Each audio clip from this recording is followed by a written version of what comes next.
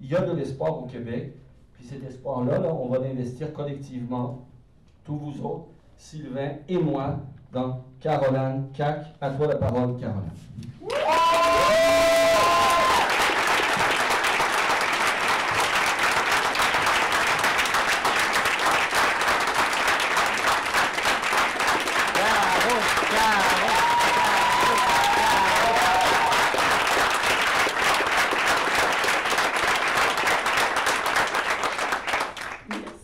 Merci beaucoup à tout le monde d'être là en si grand nombre. C'est comme un moment très émouvant pour moi. Donc, dans les dernières semaines, derniers mois, la course à l'investiture nous a donné l'occasion de se rencontrer, de mobiliser des bénévoles, de recruter des nouveaux membres, à plusieurs dizaines, voire proches de centaines.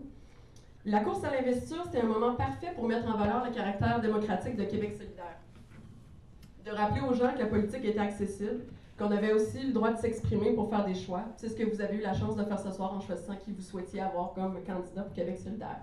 Ce qui n'est pas la même chose pour tous les partis politiques. Si en ce moment on fait un clin d'œil à la CAQ qui choisit les candidats dans chacune des circonscriptions.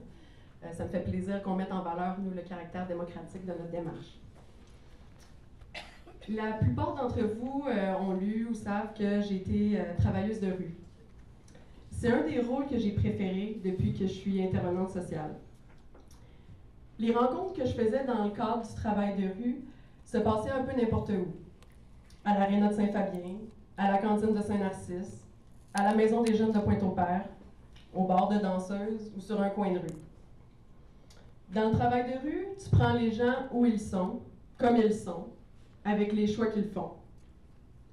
Vous comprendrez que je ne partageais pas nécessairement les mêmes intérêts, les mêmes valeurs ou les mêmes croyances que tous les gens que je rencontrais. Ils ne votaient pas nécessairement pour Québec solidaire, par exemple.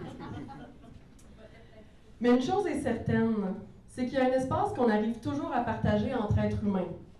Il y a un espace d'humanité dans lequel on se retrouve toujours parce que chacun vit des épreuves et que tout le monde souhaite juste une chose, puis c'est d'être bien.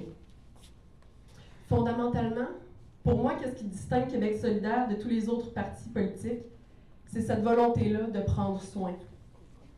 C'est ça qui vient me chercher dans mes tripes et qui me donne assez d'espoir pour avoir envie de m'impliquer au point d'être candidate et d'aspirer à rentrer à l'Assemblée nationale pour défendre le programme.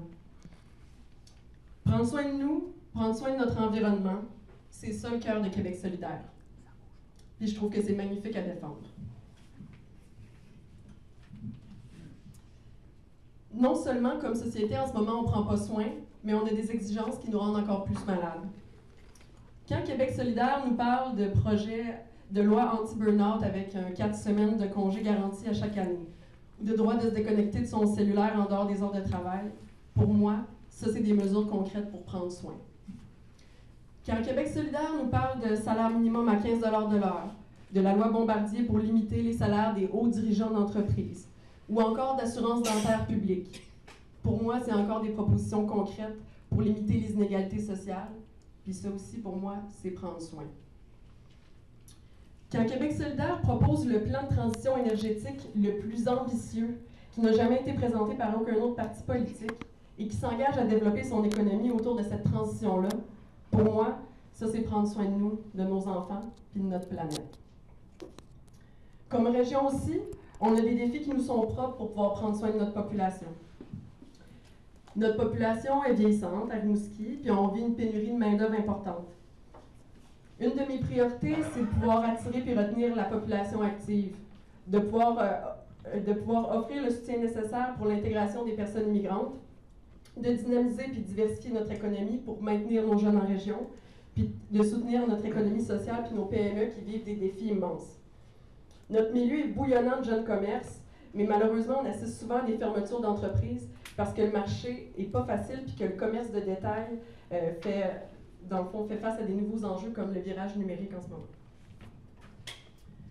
Prendre soin de nous, ça se traduit aussi par un réinvestissement massif dans les services publics pour qu'ils puissent remplir leur mission puis qu'ils soient en mesure de garder leur personnel. Puis pas seulement de les garder en emploi, mais de les garder debout puis en forme pour pouvoir faire leur travail. Ce soir, pour moi, c'est un peu la fin du camp d'entraînement des dernières semaines. Mais c'est surtout le début d'une très grosse aventure qui s'en vient pour nous à Rimouski.